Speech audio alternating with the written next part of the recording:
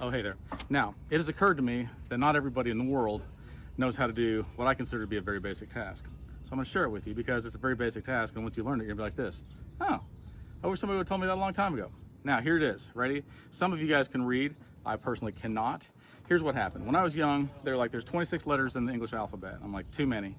And they said, we'll show you what sounds it makes and what sounds it makes together, and you can figure out how to read literally any word. I'm like, nope. So because I'm a rebel, I just memorized what every word looked like, but I never actually learned how to read, which in retrospect, I think I took the harder path, okay? And I think the same thing is true with reading a tape measure. Now look, a tape measure is not hard. First of all, anywhere that there's a black mark, yeah, I'm gonna turn this your way. Anywhere there's a black mark, okay, on my tape measure, that's 1 foot, 2 foot. The F is for foot or feet, okay? I don't know if you knew that. 3 feet, 4 feet, and so on. Now, you know some of these are red. Why in the world is that?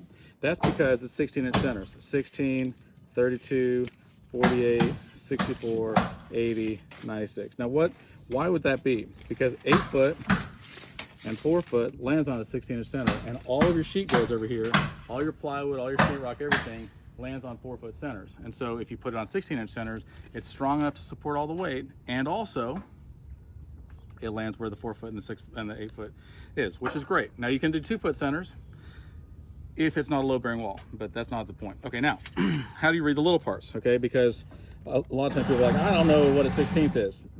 The entire, okay, so metric system is all based on tens. Okay, so you'll have like, there's 10, whatever.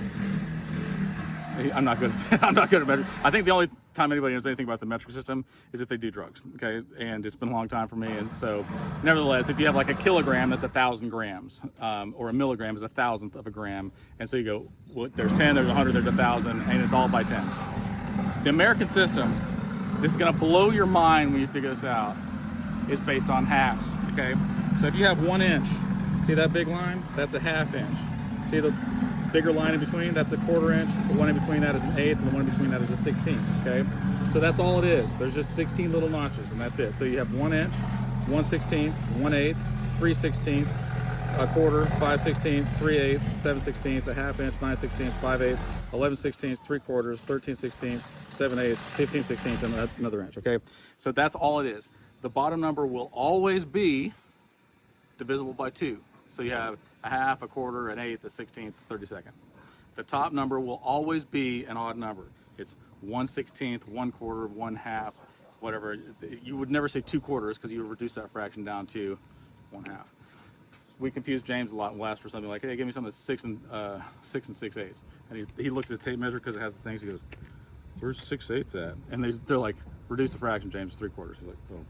Nevertheless, if you just understand that, it's based on halves, right? So 3½ inches, 3½ plus what's another half? 3/4, and so on and so forth.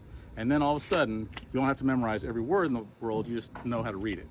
Like, I tell somebody sometimes, like, hey, I need something that's 196 inches, and they go, I haven't learned that number yet. I'm like, you have.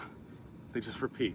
It's the same system, it's the same process. Same thing with this. Like, you just go ½ inch, 1/4 inch, 1/8 inch, 16th, 32nd. Easy.